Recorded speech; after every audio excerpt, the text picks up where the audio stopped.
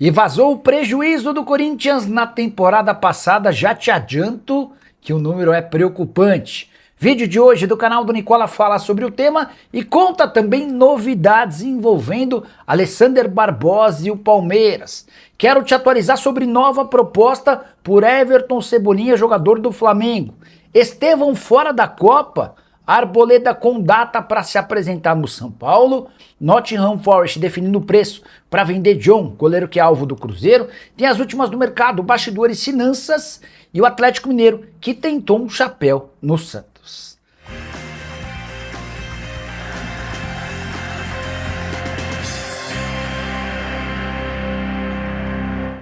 Fala aí pessoal, sou Jorge Nicola, bem-vindos a mais um vídeo do canal. Sempre bom ter vocês por aqui, sem perder tempo, pedir para deixar like, se inscrever no canal e ativar as notificações antes das notícias. Convite legal, tem muita gente cobrando e cobrando alto para dar dicas de apostas esportivas. Criei um grupo absolutamente gratuito, onde eu vou deixar você na cara do gol na hora da sua fezinha esportiva, para receber dicas, sugestões, odds desreguladas e campeonatos que você mal sabe que existem, sem gastar nada. É só clicar no link do comentário fixo ou da descrição do vídeo. Vai ser direcionado para o meu grupo. A partir daí me segue e automaticamente as mensagens já começam a chegar para você, beleza?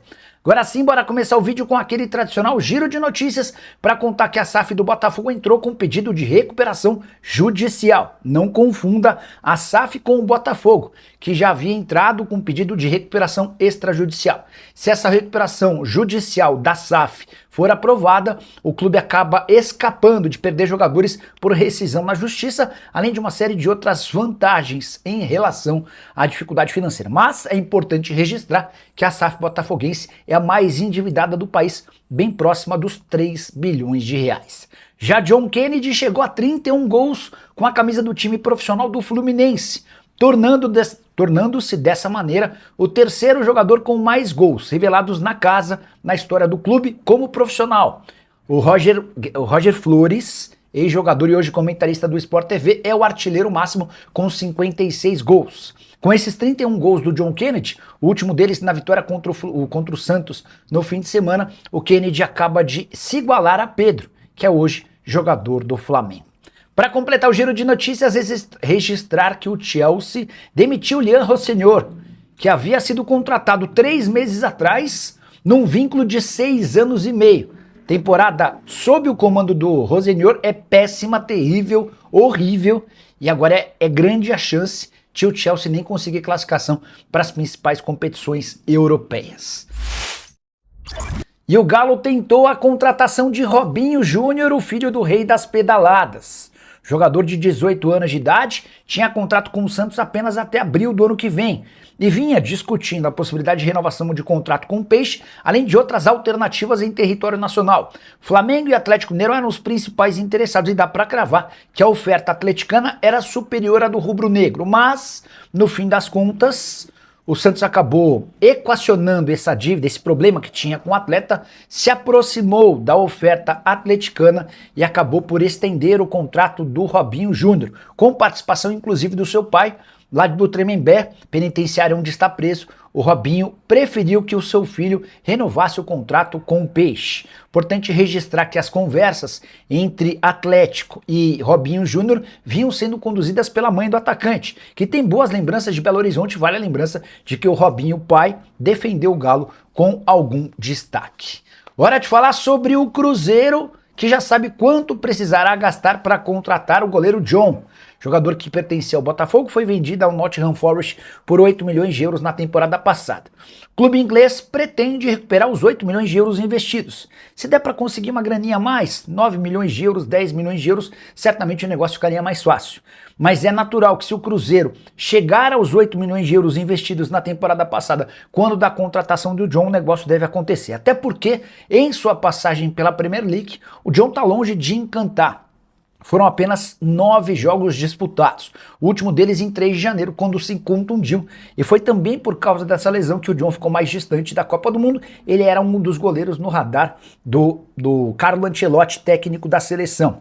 Importante contar ainda que a busca do Cruzeiro por um goleiro passa pela lesão grave do Cássio, que só volta a jogar na próxima temporada, atrelada à fase ruim do Matheus Cunha, alguém que não conseguiu cair no gosto do torcedor cruzeirense. John e Arthur Jorge trabalharam juntos nos tempos de Botafogo e, assim como o goleiro do Nottingham Forest, o Arthur Jorge também sugeriu a aquisição de Gregory, volante que é titular absoluto no Al Rayyan, mas tem custos extremamente elevados. Hora de falar sobre o São Paulo. Arboleda deu uma data para desembarque em território brasileiro. Isso não significa que ele volta para jogar, até porque o São Paulo já nem tem mais vontade de contar com o equatoriano, mas seria a oportunidade de colocar um ponto final nessa discussão para rescisão do contrato que já dura algumas semanas.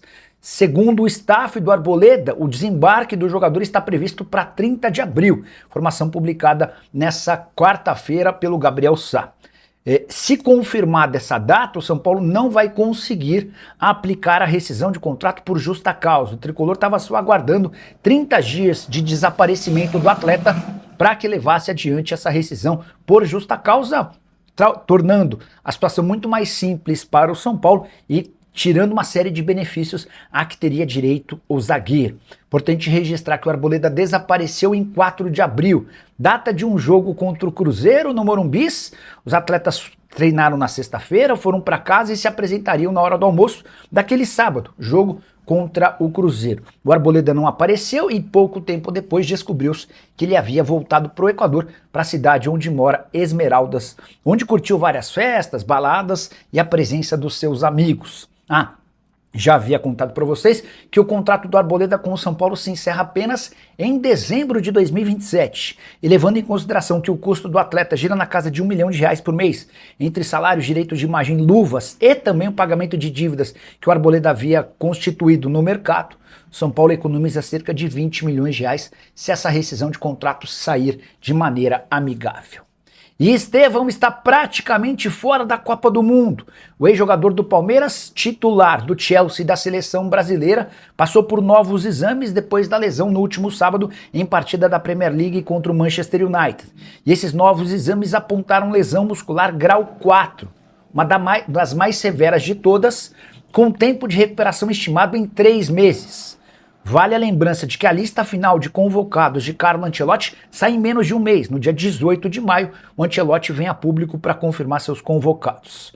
A ideia do Chelsea era submeter o Estevão a uma cirurgia, para que o processo de recuperação fosse um pouco mais rápido e seguro. Mas, dessa maneira, o Estevão estaria automaticamente fora da Copa do Mundo. Até por isso, o jogador pretende vir ao Brasil para tentar um tratamento paralelo, sem a necessidade de uma intervenção cirúrgica, sonhando com um milagre, que ele pudesse se recuperar antes dos 3 meses previstos para lesões de grau 4. Sem Estevão, aumentam as chances de convocação de outros atletas que talvez ficassem de fora. Endrick, Rayyan e até Neymar podem acabar se beneficiando. Vale a lembrança de que a seleção brasileira, algumas semanas atrás, também já havia perdido o Rodrigo, jogador do Real Madrid, outro com lesão extremamente séria. E o Flamengo tem mais uma proposta por Everton Cebolinha, dessa vez do exterior. O Besiktas sinalizou com interesse em contratar o jogador na metade do ano, com a lembrança de que o Cebolinha tem vínculo até 31 de dezembro e já deixou bem claro que não vai renovar seu vínculo. Diante desse cenário, ou o Flamengo vende o Cebolinha na metade do ano, ou vai perder o atleta de graça na virada de 2026 para 2027. Precisamos contar que quando comprado o Cebolinha custou 13,5 milhões de euros. É a última chance de recuperar parte desse investimento. É impossível imaginar que o Flamengo consiga uma grana alta, levando em consideração que o Cebolinha está há 6 meses do fim do contrato e já disse que não renovará seu contrato. 3, 4 milhões de euros no máximo, especialmente se a negociação acontecer com um time do exterior. Importante registrar ainda que o Cebolinha perdeu espaço e mesmo com a mudança de técnico não consegue ser titular absoluto rubro-negro. Você, torcedor do Fla, o que faria se estivesse na pele do presidente BAP? O negociaria por qual cifra? Ou ficaria com o Cebolinha até dezembro perdendo o jogador de graça? E essa história de que as negociações entre Palmeiras e Alexander Barbosa estão avançadas. Jornalista argentino César Luiz Merlo informa que o Verdão está bastante otimista em contar com o zagueiro argentino a partir de 20 de julho, quando a janela de transferências no Brasil reabre. Cheguei a falar para vocês na manhã dessa quarta que o Palmeiras busca o Nino, do Zenit, e mais um defensor para metade do ano. Mas, antes de gravar esse vídeo, consultei uma fonte alviverde que tratou a possibilidade de o Barbosa chegar em julho como muito pequena. E eu te explico os motivos a partir de agora. Barbosa tem contrato com o Botafogo somente até 31 de dezembro. Ou seja, o Fogão tem, em julho, sua última chance de fazer dinheiro com o atleta. Mas, zagueiro de 31 anos de idade, em fim de contrato, certamente não vai render uma boa quantia financeira. Pro Botafogo, é muito mais negócio ficar com o Barbosa até dezembro, ainda que o perca de graça, do que aceitar uma migalha de um rival como o Palmeiras. Então, a menos que o Palmeiras abra os cofres e ofereça muito mais do que o Barbosa vale a 6 meses do fim do contrato, e a tendência é que não exista acordo para julho. A partir daí o Verdão pode tentar assinar um pré-contrato com o Barbosa para tê-lo de graça, sem custos, a partir de 1º de janeiro de 2027. Mas Nicola, não dá para o Barbosa assinar um pré-contrato por agora? Não. Quem escreveu, falou ou disse isso está cometendo um equívoco. Se o Palmeiras avançar num pré-contrato com o Barbosa agora, ele pode sofrer um processo que vai trazer muitos prejuízos ao Verdão. O Verdão seria acusado pelo Botafogo de assédio e a FIFA certamente puniria o Palmeiras. A regra do futebol permite que negociações para pré-contrato aconteçam apenas nos 6 meses finais de cada acordo de jogadores. Só para completar, contar também que Paulinho, atacante cuja volta e a estreia em 2026 aconteceria nessa quinta-feira contra o Jacuipense, está descartado do jogo. O departamento médico do Palmeiras optou por postergar o retorno do atleta, entendendo que ainda não é hora de o Paulinho jogar. Paulinho que não entra em campo desde a Copa do Mundo de Clubes do ano passado. E vazou o valor final do prejuízo corintiano na temporada de 2025. Dá para dizer que a passagem de Augusto Melo pela presidência alvinegra segue causando enormes destroços. Foram 143 milhões de reais no vermelho, ou seja, o Corinthians gastou quase 150 milhões de reais a mais do que gastou. Mas Nicola Augusto não ficou todo o ano de 2025 à frente do clube, é verdade. Mas foi ele o responsável por uma série de compras, aquisições e negociações que não foram pagas, causando enormes prejuízos. Dívida total bruta do Corinthians, de acordo com o seu balanço, foi de 2 bilhões e 700 milhões de reais, a maior dívida no fim da temporada passada de um clube de futebol brasileiro. A gente foi descobrindo ao longo dos tempos que o Botafogo SAF tem cifras tão altas quanto.